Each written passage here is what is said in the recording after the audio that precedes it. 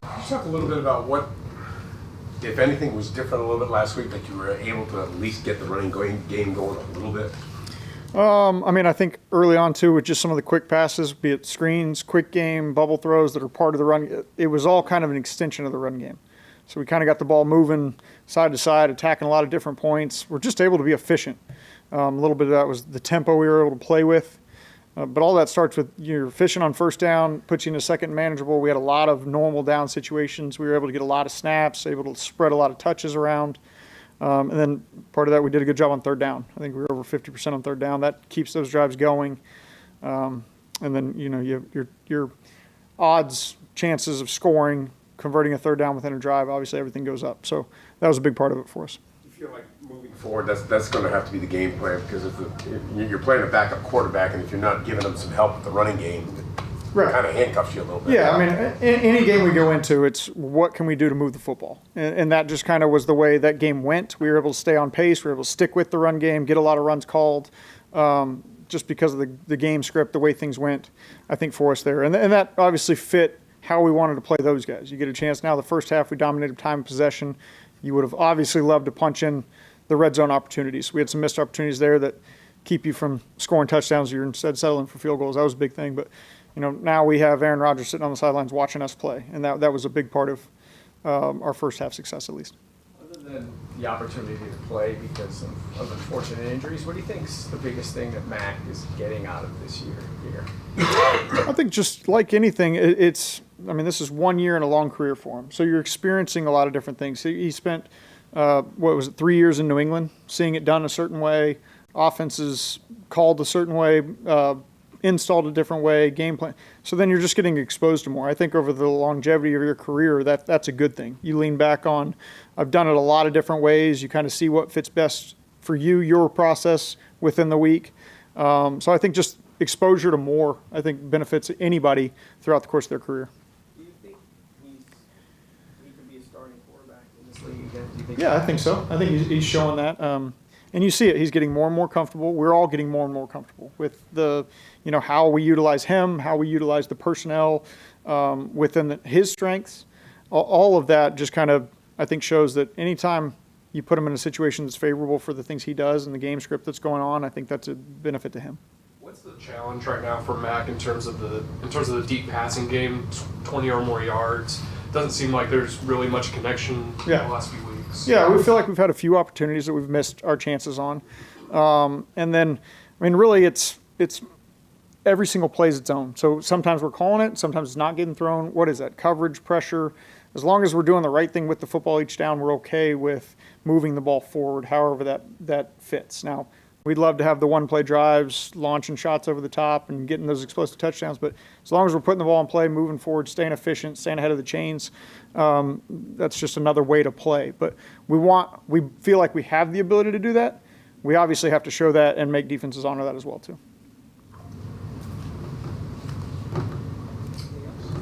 Raiders defense, what sort of stands out about them, and what's the challenge this week? They do a lot. They present a lot to you. I think the beauty of them is they can basically play all their schemes from any different personnel grouping. So they're going to have something very specific to you. I think that's a little bit of the New England and Coach Graham's background. That you're going to come out in the first quarter, you're going to try to figure out how they're playing your 12 personnel, how they're playing your passing strength, how they're adjusting certain things, how they're building their fronts. Because it's probably going to be something that we've maybe seen once this year or haven't necessarily seen on tape from them, but it gets pretty specific to you, how they view your scheme, your personnel. So that's always the challenge, the chess match of trying to settle in to figure out what they're doing to you and how you're going to play. And then, they play really hard. There's a lot of pressure, probably more pressure on normal down situations than we're used to seeing throughout the course of the year. So that's always something you got to get 11 guys seeing it the same way and on the same page to have success.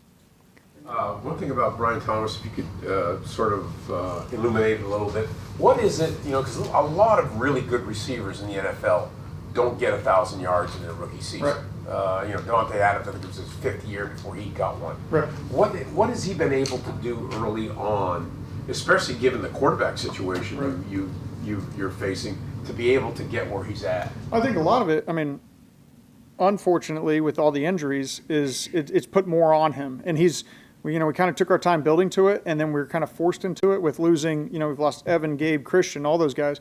I think what you're seeing with him, he's really just taking all those roles on different things. A lot of the things that we've thrown to him were things we've thrown to Christian for 3 years. And now Christian's gone. Who takes that role? Well, he's shown he's got the skill set to pretty much do anything we ask. We're making sure we don't overload him mentally, and he's proven he can handle a lot of things. I think there was that little chunk in there where he wasn't probably 100% health-wise. He came off a little injury, and we were trying to manage him a little bit. And then from then on, it's just kind of it's taken off, and he's confident in what he's asked to do.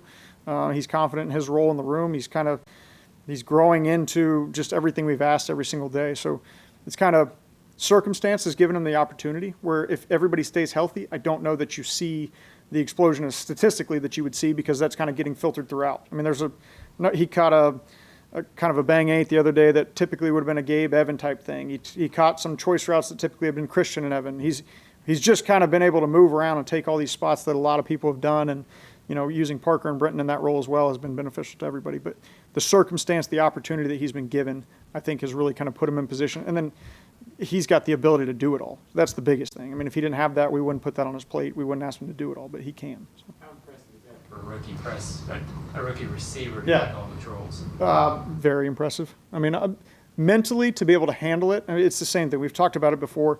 You wouldn't know it. We have our receivers are all lined up, X, Y, Z, F. He, throughout the course of the game, will align as multiple letters. Well, that takes a lot of mental toll on guys of, I was the Z on this play, Chad signaled this, now I'm the F, I'm the X on this one, I got to know where to align, what to do. And you don't want to do that if the guy can't handle it, because you're paralyzing a player. He can handle it. He's shown that through the course of the year. And then on top of that, you can run routes from the slot, going across the field, down the field, quick outbreakers, decision routes, all these different things that he's shown. He's been a better ball carrier than we expected coming in. So getting the ball in his hand on some screens and bubbles and things like that has been beneficial. Handing him the ball, that's all stuff that's been beneficial. And a lot of it you just didn't see in college. I mean, I remember asking him when he first got here, what's something you did at LSU that we haven't shown to have yet in the play? He kind of just said, well, I just ran switch all go, or I ran 4 verticals. Malik did everything underneath. So he just wasn't exposed to that because their personnel didn't match up with that way. So you're kind of uncovering a lot of things that you maybe didn't know just because he wasn't exposed to it. And we never thought he couldn't do it. You just didn't see it. And so I think too, during rookie camp, we kept him in rookie camp without those other guys, and we tried to put him in all these spots to see. And you thought, okay, this is cool, he can do that. But you had Christian that, it's kind of hard sometimes to go to your quarterback and say, here's something you've thrown to Christian Kirk in critical situations 100 times, we're going to have somebody else do it. Well, now Christian's not there, and BT takes that role, and there's a lot of trust, there's a lot of confidence, and I think his confidence is rising. I think everybody's confidence in him is rising. At what point did you realize, I guess you mentioned the rookie camp, but at what point did you realize he could actually take on all of these roles, do this, handle it all mentally, all that kind of stuff? I think you were always confident. You just didn't know if it was fair to him to walk in week one and say, you're going to know these 4 letters, and you're going to know every route and how to run them really well. And the thing that's really cool, Chad and I were just talking about this the other day, he's taking in coaching points that we've never said to him directly. But we meet as an offense a lot of times, and, hey, this is the best way we want to run this crosser route. And then you see him bring it to life. Or, hey, Christian, on this big box stop, whatever it may be, inside fade stop, run it this certain way. Well, then BT goes out, we put him in that position. He does it exactly the way it was coached, when really we weren't directly talking to him, but he's just observing everything in the course of the meeting, retaining it all. He's becoming a little bit more vocal through the course of meetings, but you've also removed 4 of our veteran guys from those rooms that usually were speaking up. So it's cool to see. Appreciate it. Yeah.